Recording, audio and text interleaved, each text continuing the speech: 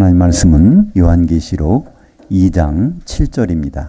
귀 있는 자는 그 영이 교회들에게 하시는 말씀을 들을지어다. 이기는 그에게는 내가 하나님의 낙원에 있는 생명나무의 열매를 주어 먹게 하리라. 오늘 봉독한 말씀을 가지고 셋째 하늘 속 낙원 생명나무 들여다보기란 제목으로 말씀을 나누겠습니다. 우리 한글 성경에 보면 낙원이라는 단어가 나오는데요. 이 헬라어로는 파라데이소스라고 합니다. 이걸 영어로는 파라다이스라는 그 영어를 하고 있죠. 이 파라다이스가 바로 이 파라데이소스, 성경에 나오는 낙원을 영어로 번역한 것이죠. 근데 이 파라데이소스라는 이것은 낙원은 울타리가 있는 정원이라는 뜻입니다. 그러니까 어떤 곳에서 단절돼 있어서 보호를 받게 되는 그런 것이 이제 파라데이소스라는 것이죠. 거기는 이제 문을 통해서만 들어갈 수 있는 특별한 곳입니다. 성경에는 이 낙원이 두 종류가 나옵니다. 우리가 잘 아시는 대로 예수 안에서 죽은 사람들은 이제 죽으면 낙원에 갑니다. 누가복음 23장 43절에 보면 오른쪽에 있는 강도에게 그러죠. 오른쪽에 있는 강도가 예수님한테 당신의 나라가 임할 때 나를 좀 기억해 주세요. 그랬더니 예수님이 오늘 내가 나와 함께 낙원에 있으리라. 그래서 그리스도 안에서 죽게 되면 낙원에 가서 쉬게 됩니다. 물론 이제 우리 육신은 흙으로 들어가지만 우리 영과 혼은 낙원에서 쉬고 있다가 이제 주님 오실 때 거기서 부활해서 공중에서 주님을 만나게 되죠. 그러한 낙원이 있는가 하면 또 하나의 낙원이 있습니다. 이 죽어서 우리가 쉬는 낙원은 하늘들에 있는 낙원이고요. 지금 셋째 하늘에 거기에 또 낙원이 있다는 것입니다. 그 셋째 하늘에 있는 낙원은 우리가 이 세상이 없어지면 거기서부터 쭉 내려오게 되죠. 오늘 이제 우리가 읽은 요한계시록 2장 7절에 보면 귀 있는 자는 그 영이 교회들에게 하시는 말씀을 들을지어다. 이기는 그에게는 내가 하나님의 낙원에 있는 생명나무의 열매를 주어 먹게 하리라.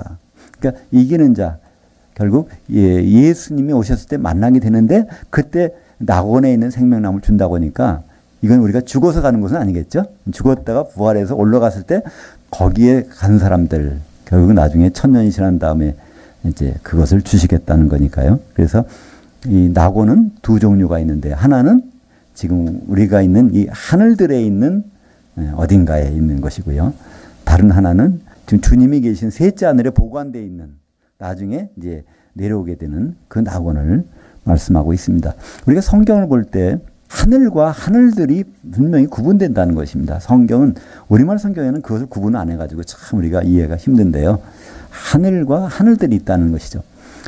창세기 1장 1절에서 태초에 하나님이 천지를 창조하시니라 하늘들과 땅을 창조하셨다는 것입니다. 그러니까 이 하늘들이라는 것은 쌍수거든요. 우리가 신발을 사러 갈 때 영어로 하면 슈즈를 달라고 그러죠. 슈 달라고 안 합니다. 슈에다가 붙여. 그걸 쌍수라고 합니다. 그러니까 슈즈. 또 가위 같은 거. 가위를 영어로 시서스라고 그러는데요. 가위날 하나가 시서입니다. 시서. 근데 거기 하나가 더 있어야 이게 가위가 되잖아요. 그러니까 가위 달라고 할 때는 시서스를 달라고 합니다. 마찬가지로 하나님이 태초에 이 천지를 창조하실 때 하늘들을 창조하실 때 하늘들을 창조하셨어요. 두 개. 그러니까 우리가 지금 보고 느끼는 이 하늘이 있는가 하면 안 보이지만 여기에 분명히 존재하는 하늘이 있다는 겁니다. 예를 들어서 천사는 이곳에 있겠지만 우리는 볼 수 없습니다. 그들이 차지하는 공간이 바로 이제 또 하나의 하늘이 같이 있는 것이죠. 그래서 이 하늘들은 이 두 개가 이게 뗄래야 뗄 수 없는 게 합쳐져 있는 것이죠. 보통 어떤 사람은 이렇게 얘기합니다. 그래서 1층이 있고 2층 하늘이 있고 3층 하늘이 있다. 그런데 1층 하늘, 2층 하늘은 없습니다. 첫째 하늘, 둘째 하늘 말은 없어요. 성경에. 셋째 하늘이라는 말이 있습니다. 왜 그럴까요? 여기 하늘들을 뚫고 지나가면 세 번째 하늘인데 우리가 여기 사는 것은 하늘들이기 때문에 그렇습니다. 우리가 좀 이해하기 어렵다고 생각하시지만요. 근데 그거를 이해하는 순간에 우리는 성경이 굉장히 쉽게 불려집니다. 그러니까 예를 들어서 열왕기하 2장에 보면요. 거기 엘리야가 하늘에 올라간다는 얘기가 나오잖아요. 그죠? 근데 가만히 보면 그것은 하늘이 아니라 하늘들이거든요. 하늘들이. 그러니까 여기 어딘가에 바로 엘리야를 보관하신 것입니다. 근데 요한복음 3장 13절에 보면 예수님이 그러세요. 인자 하늘에서 내려온 인자 외에는 하늘에 올라간 자가 없느니라. 셋째 하늘 얘기하거든요. 예수님이 2000전에 오실 때 셋째 하늘에서부터 오셨다가 부활하시고 승천하실 때 이 하늘들을 뚫고 지나가서 그 지금 셋째 하늘에 계시다는 겁니다. 그래서 이 하늘과 하늘들을 구분하면 아, 예수님이 지금 어디 계시겠다. 그러면 다시 하늘들로 들어오시겠다. 공중이라는 건 하늘들에 있는 거니까요. 그래서 이 입체적인 그런 걸 가지고 성경을 이해할 수가 있습니다. 사도행전 7장에 보면 스테반이라는 사람이 나옵니다. 이 사람은 성령이 충만한 사람이었죠. 7사람 중에 한 사람인데 그 사람이 이제 복음을 증거합니다. 그래서 쭉 아브라함 때부터 있었던 일을 증거하다가 결국은 그 예수님에 대해서 얘기를 하니까 사람들이 돌을 집어 던지죠. 그래서 돌을 맞아서 막 죽게 됩니다. 그때 스데반은 뭐라고 그러죠? 하늘이 열리고 하늘에 계신 그 예수님이 벌쩍 서신 걸 본다는 거예요. 번떡 일어나 서신 걸 본다는 겁니다. 우리 예수님 지금 하늘 보좌의 우편에 앉아 계시다 그러잖아요. 근데 스데반이 돌을 맞고 있는 순간에는 거기서 벌떡 일어나셨나 봐요. 근데 그걸 설명하는 장면이 사도행전 7장 55절과 56절에 연결되어 있는데 우리말 그냥 하늘이 열리고 하늘에 계신 이렇게 되어 있는데요. 성경 원문을 보면 우라노이스 하늘들이 쪼개지고 거기 있는 하늘 셋째 하늘에 있는 주님이 벌떡 일어서신 걸 본다는 거예요.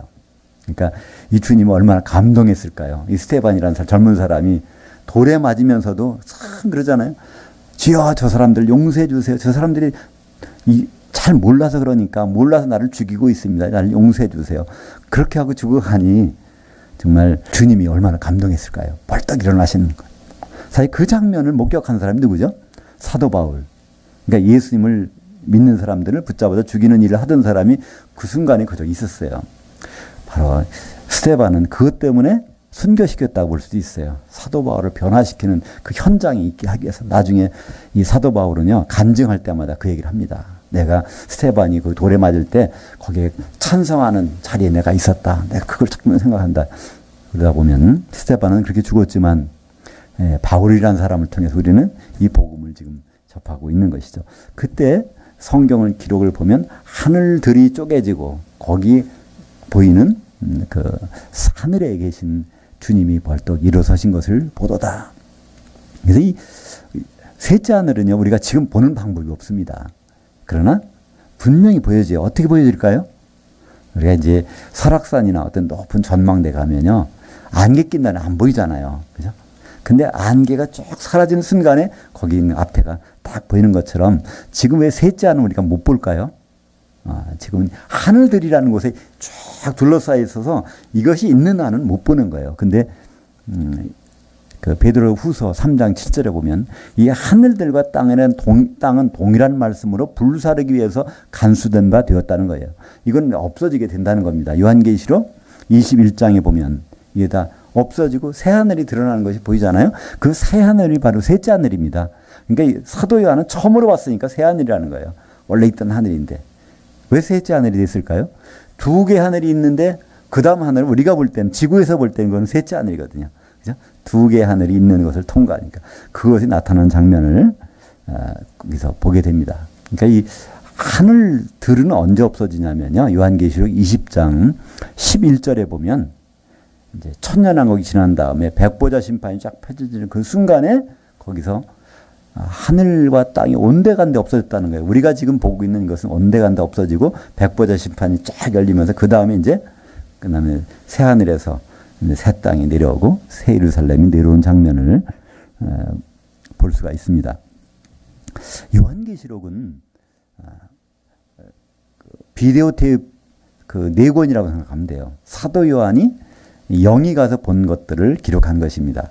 요한계시록 그 1장 10절에 보면 사도 요한이 몸은 반모섬에 있는데 이 영혼이 빠져나가서 주의 날로 가서 거기서 본 것과 그때까지 본 것과 그 지금 보고 있는 것과 그 이후에 일어날 일들을 기록하라 해서 그거 기록한 것입니다. 그러니까 시간 예언한 것입니다. 예수님이 재림하시는 현장을 목격하는 거예요. 요한계시록 1장 13절에 보면요. 7촛대 한가운데 주님이 계시다는 거예요. 7촛대 뭘 교회와 주님이 만나서 혼인잔치하는 그 장면에 목격한다는 것은 언제일까요? 주님의 재림의 날이겠죠. 그 장소는 공중이겠죠. 그래서 요한계시록 1장 10절에 보면 사도 요한이 몸은 반모섬에 있는데 영이 가서 쭉 가서 본 것들. 그 다음에 4장 2절에 가면 너는 이리로 올라오라. 그래서 셋째 하늘로 다시 올라가는 거예요. 그래서 하나님의 모든 계획하는 것들을 거기서 보게 되죠. 그다음 요한계시록 17장 3절에 가면 사도 요한이 영이 또 어디로 이끌려가냐면 광야에 이끌려가는 거예요. 이 광야라는 것은 교회를 의미합니다. 근데 광야는 광야인데 거기 가 보니까 뭐 큰 성 바벨론, 음녀 이게 나타나는 거예요. 타락한 교회. 그러니까 주님 오시기 이제 전에 7년 동안 교회가 극도로 타락하게 되는데 그 모습을 거기서 쫙 보게 되는 것입니다. 그 다음에 이제 이 천지가 다 없어진 다음에 21장 10절에 가보면요. 사도 요한을 높은 곳에 데리고 와요. 뭘 보여주시냐면 새하늘에서 새 땅이 내려오는 장면을 쫙 보여주시네. 그 새 땅이 새 예루살렘이라는 겁니다. 그래서 요한계시록은 바로 사도 요한의 몸은 지구상에 있었지만 그 당시에 반모섬이라는 곳에 있었지만 영이 빠져나가서 시간적으로 여행하면서 또 공간적으로 다 본 것들을 기록했습니다. 그래서 사도 요한은 셋째 하늘까지 가서 다 봤는데 또 한 사람 본 사람이 있다는 거예요. 그것이 고린도후서 12장 2절에 보면 바울이 자기의 간증을 얘기합니다.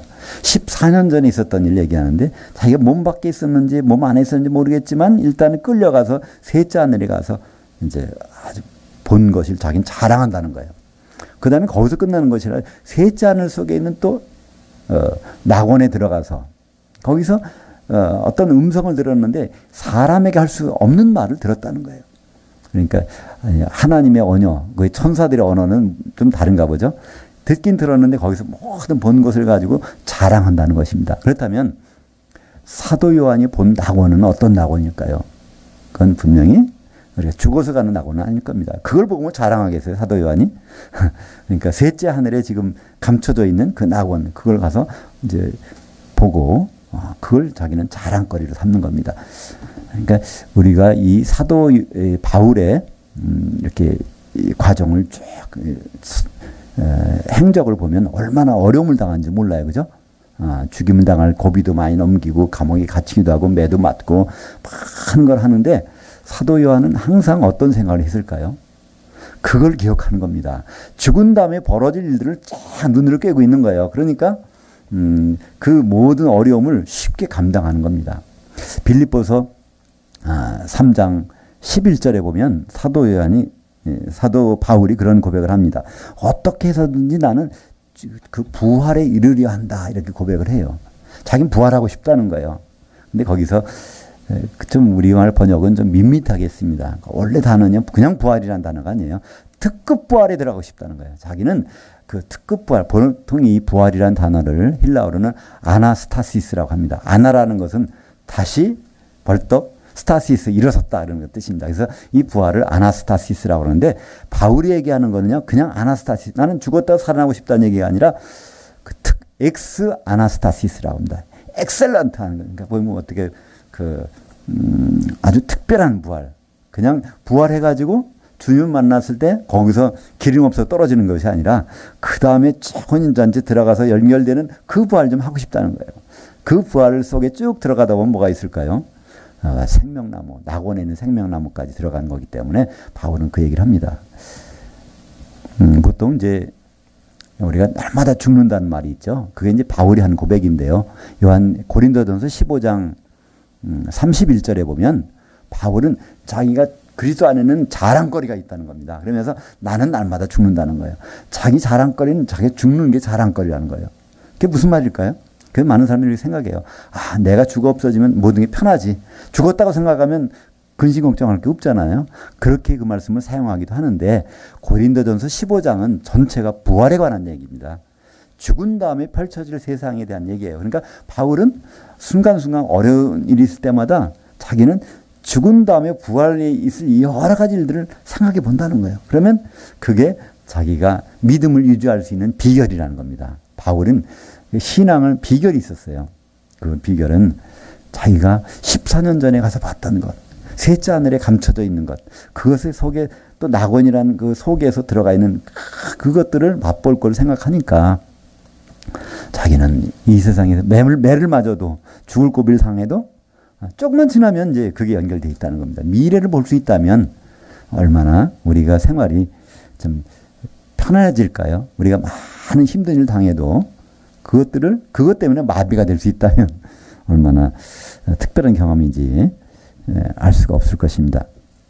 근데 그 셋째 하늘에 감춰진 낙원이 바로 다름 아닌 에덴 동산에서 봤던 그 낙원의 실제라는 겁니다. 에덴 동산에 만들어 놓으시고다가 아담을 집어넣죠. 그 다음에 선악을 알게 하는 나무는 먹지 말라. 근데 생명나무도 같이 있었어요. 근데 선악과를 먹은 다음에 아담이 거기서 쫓겨납니다. 하나님이 참 사랑이 없어서 그랬을까요? 그건 오히려 하나님의 큰 배려입니다. 그죠? 선악과를 먹은 상태에서 생명과를 먹게 되면 그 죄진 상태가 해결이 안 되고 끝까지 가잖아요. 그러니까 일단은 죄의 문제를 해결해서 격리해서 죄의 문제를 다 해결한 다음에 그 다음에 생명과를 먹게 하려고 거기서 내쫓으신 거예요. 그러면 그 에덴 동산에 있던 그 생명나무는 지금 어디 가버렸을까요? 그래서 많은 사람들이 얘기를 합니다. 에덴 동산이 지금 어디쯤 있을까? 그래서 많은 사람들은 아마 그 이라크 그 유프라테스하고 티그리스 강 그 하류 만나는 곳 그곳에 있지 않을까 많은 사람이 생각하는데요. 지질학적으로 과학적으로 따져보면 그 네 강이 발원해서 흐르려면 강이라는 강의 상류는 높은 데 있어야 되잖아요. 그 높은 곳이 당시에 어딜까? 그게 지금 예루살렘 부근이라고 합니다. 예루살렘 쪽이 옛날에 높았다는 거예요. 사실 예루살렘은 그 옆에 사해라는 곳은 바다보다도 한 340m 한 낮은 곳에 있잖아요. 근데 이게 원래 낮은 곳이 아니라 높은 곳이 푹 꺼진 겁니다. 지진 나면 꺼지듯이. 그러니까 거기가 높았으니까 네 강이 거기서 발원해서 쭉 하나는 유프라테스, 하나는 티그리스, 또 하나는 이제 비손강은 아라비아 사막으로, 그다음에 기혼강은 저 에티오피아로 아프리카로 이렇게 흘러간 거거든요. 그래서 거기가 에덴 동산에 있었을 것이라고 지질학자들은 추측을 합니다. 근데 사실은 그 문제가 안 돼요. 왜 그럴까요? 이게 지구상은 다 없어질 거니까. 그렇다면 왜 그걸 보여주셨을까요? 예수님은 요한복음 5장 39절에 말씀하십니다.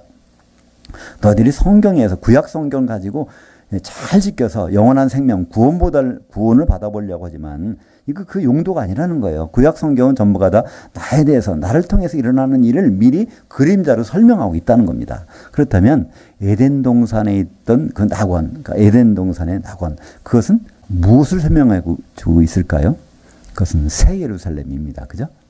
새 예루살렘 안에 들어가 보면 생명나무가 있으니까, 그죠? 거기에 과일이 있으니까. 그럼 에덴 동산에 있던 생명나무가 거기 있다는 거예요. 그러니까 에덴 동산은 하나의 그림자고 실물은 지금은 셋째 하늘 속에 감춰져 있고 셋째 하늘 속에 낙원이 있으니까 그것이 이제 앞으로 이제 우리가 맛볼 그 새 예루살렘 안에 있는 낙원이 된다는 것이죠. 오늘 보니까 7장 요한계시록 2장 7절에 하나님의 낙원에 있는 생명나무 열매를 주어 먹게 하리라. 그러니까 하나님의 낙원에 있는 생명나무.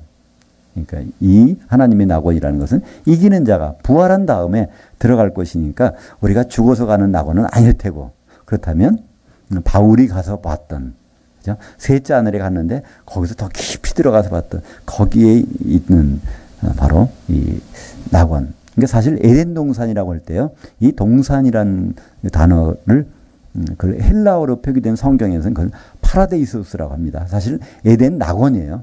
에덴에 있던 낙원, 똑같은 낙원인데 그것이 이제 하나의 모형이라는 거죠.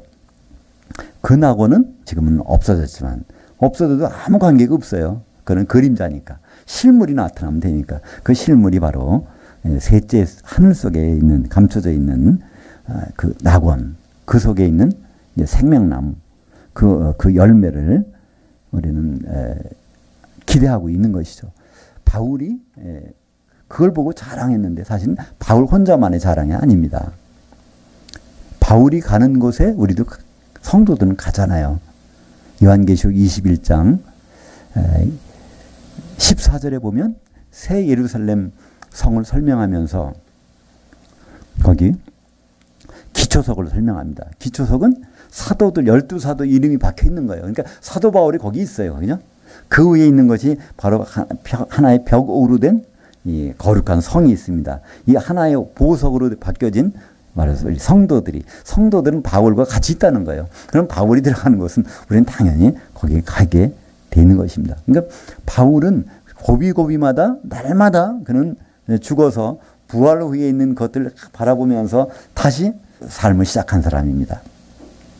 우리도 마찬가지로 우리가 그 다음을 볼 수 있다면 날마다 그러면 이 세상의 모든 일들을 우리가 얼마나 넉넉하게 지낼 수 있을까 다시 한번 생각해 보는 것이죠.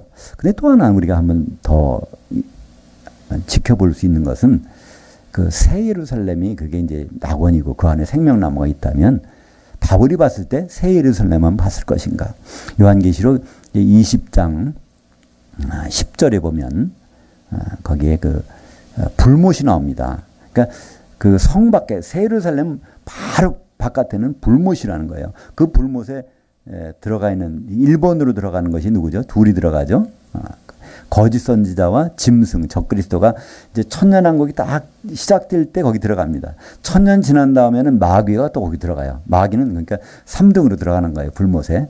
그럼 그 다음에 백보자 심판에서 생명책에 이름 없는 사람들이 다 거기 들어갑니다. 그러니까 거기에서 세세토록 고통당하는 사람들이 있는 거예요. 그러니까 바울이 봤을 때 그걸 같이 보는 거죠. 하나님의 낙원이 있는가 하면 낙원 바로 바깥에는 그 영혼 세세토록에는 그 불못 그 장면. 그러니까 그걸 보면 우리가 더 하나님의 낙원이 그냥 그저 그런 데가 아니라 불못과 그냥 접해 있는 그것에 들어갈 소망이 있다는 것. 그 얼마나 자다가도 벌떡 일어난 일 아닙니까? 좀 우리는 그런 부분을 생각할 때마다 우리가 좀 민감하고 심각해졌으면 좋을 것 같아요. 저도 좀 그렇게 하려고 감각적이 되려고 노력을 하는데 아직은 잘 안 되지만 바울은 그것을 감각적으로 생각했던 것 같아요. 이제 죽은 다음에 어떠한 일이 벌어질까? 나는 특급 부활이야. 그러면 이제 혼인잔치에 들어가지. 그 다음에 천년왕국이 있지. 그 다음에 이제 백보자 심판 때는 오히려 그 심판하는 자리에 앉아있지. 그 다음에 새 예루살렘을 이루고 있는데 거기에 생명나무가 있는 그걸 연결해서 쭉 볼 수 있다면요. 이 세상에서 있는 모든 일들에 대해서 우리는 왜 사람들은 순교를 할 수 있었을까 이해가 된단 말입니다. 그죠? 스데반이 왜 이걸 돌에 맞으면서도 그냥 얼굴에 해같이 빛나면서 죽을 수 있었을까? 바울이 죽는 순간에 바울이 유언장은 디모데 후서 4장이잖아요. 전체가 유언장이지만 거기 보면 내가 달려갈 길을 다 갖고 나에게 그 상급이 다 준비되어 있다는 거예요. 그러니까 죽음 후를 아주 여유 있게 바라보면서 그는 마지막을 보내는 사람이에요. 그죠? 베드로도 마찬가지 아닙니까? 베드로 후서가 바로 유언장인데 내가 이제 이 후서 1장 11절 12절에 보면 거기에 내가 이 장막집을 벗을 날이 가까웠는데 그러면서 그 주님을 만날 그 기대를 가지고 있다는 거예요. 사실 우리가 이 세상 사는 건 좀 쉽지 않잖아요. 그죠? 시간이 지나면 날마다 우리 몸이 좀 말이 안 듣고 그죠? 점점 여러 가지 상황이 좋으리라고 기대한 것보다는 그렇지 않은 것이 참 많아져요. 더구나 예수 믿어서 큰 이익 보셨어요? 오히려 예수를 잘 믿는 분이면 분일수록 세상적으로는 손해보는 일이 좀 많단 말이에요. 가끔. 안 믿었으면 오히려 좋았을 텐데. 우리나라 재벌들 많은 분들이 정말 예수님 잘 믿어서 재벌된 건 아니잖아요. 성경에서도요, 놀랍게도 이 주님 오실 때가 되면요, 성도들의 권세가 다 깨어진다는 거예요. 성도들이 이기고 승리해서 세상을 장악하는 것이 아니라 오히려 성도들은 점점 이게 아주 쪼그러든다는 거예요. 주님 오실 때 7년 동안 특별히 그것이 어디 나오냐면 다니엘서 12장 7절 하반절에 보면요. 반드시 한때 두때 반때를 지나서 성도들의 권세가 다 깨어지기까지 그렇게 되면 이 모든 일이 다 끝나리라. 그래서 한때 두때 반때라는 것은 바로 전 3년 반, 그 다음에 이제 후 3년 반에 성도들이 짓밟히는 시기 42달 동안 그 후 3년 반, 그러니까 전 3년 반과 후 3년 반이 지나면 바로 그분이 오신다는 거예요. 이 다니엘서 12장에서는 예수님을 어떤 모습으로 설명하냐면 강 위에 서서 있는 분이 이렇게 말씀을 쫙 하시는 거예요. 요한계시록에서는 그걸 어떻게 설명하냐면 한쪽 발은 바다에 한쪽 발은 땅에 딛고 계신 분이 거기서 말씀하시는데 똑같이 예수님이죠. 그 말씀. 바로 성도의 권세가 깨어지고 나서야 내가 오리라는 거예요. 그러니까 예수 잘 믿어서 이 세상에서 성공해 보겠다는 생각은요. 이건 잠깐 접어두시는 게 좋아요. 제가 잠깐만 실망시키려고 좌절시키려고 그런 것이 아니라 그거에 매달리면 이해가 안 가는 일들이 많이 벌어진다는 거예요. 요한계시록은 다 그런 얘기거든요. 요한계시록에도요. 13장 7절에 보니까 또 권세를 받아 성도들과 싸워 이기게 되고 각 족속과 백성과 방언과 나라를 다스리는 권세를 받으니, 그러니까 짐승이 나타나게 되는데 바다에서 올라오는 짐승 또 땅에서 올라오는 짐승 이들이 이제 활동하기 시작하게 되면 성도들과 싸워서 그들이 이긴다는 거예요. 성도들이 이기는 게 아니에요. 그리고 그런 일이 벌어진 다음에 주님은 오신다는 겁니다. 그러니까 이런 것을 미리 알게 되면 짧게 보면 너무나 불안하고 참 불공평하고, 하나님이 나 이렇게 믿었는데 왜 이런 일이 벌어질까? 앞으로 점점 잘 되기는커녕 성경 읽어보니까 주님 오실 때는 성도들이 점점 더 힘든 일이 생긴다는 거예요. 우리는 근데 그것만 보면 안 되죠. 그죠? 그 다음에 주님이 오신 다음부터 벌어질 일을 볼 수 있다면 이건 통과할 수 있잖아요. 이 터널을 지나는데 굴을 통과하는데 거기 끝이 안 보인다면 누가 들어가겠어요. 그죠?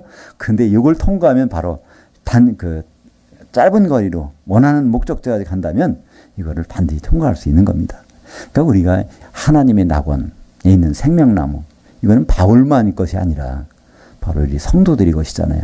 이기는 자는 바로 그것을 하나님의 낙원에 있는, 그래서 일부러 구분하셨어요. 죽은 다음에 하늘들에 있는 낙원이 아니라 하나님의 낙원에 있는 생명나무에 열매를 주어서 먹게 하리라. 그것은 그냥 우리를 위로하게 주는 것이 아니라 실제적인 일이거든요. 분명히 나타날 일이란 말이죠. 그것이 우리에게 정말 실제로 느껴진다면 우리는 바울처럼 나는 날마다 죽노라. 우리는 순간순간 죽으면서 그 부활 후의 일들을 바라보면 다시 살아날 때 다른 사람보다 새로운 힘을 얻고 이 세상을 다른 마음으로, 새로운 마음으로 살 수가 있을 것 같습니다. 사람은 이렇게 죽으면 끝나는 것이 아니라 이 머나먼 여정이 있습니다. 그 여정 마지막에는 하나님의 낙원에 준비되어 있는 생명나무, 그 하나님의 낙원은 요한계시록에서는 다른 말로 하죠. 새 예루살렘성. 그 새 예루살렘에 있는 생명나무, 그것을 바라볼 때 우리가 지금 그것을 가는 그 목적지까지 가는 모든 여정을 우리는 성경을 통해서 알 수가 있는 것이죠. 오늘 제목처럼 셋째 하늘 속에 있는 낙원, 생명나무 들여다보기. 바울은 날마다 그것을 생각하면서 새롭게 변화된 모습을 우리는 볼 수 있습니다. 사랑하는 성도 여러분, 우리 세상을 바라보면요, 점점 걱정거리가 많이 생겨요. 그죠? 순간순간마다 우리는 한번 죽으시는 게 좋아요. 그죠? 죽었다가 다시 살아나는 그때마다 우리는 그 목적지를 다시 확인하고 생명나무에 있는 열매를 분명히 주신다고 그랬으니까 그걸 확인하고 바울처럼 이 세상을 넉넉하게 이기며 살 수 있을 것입니다. 기도하겠습니다.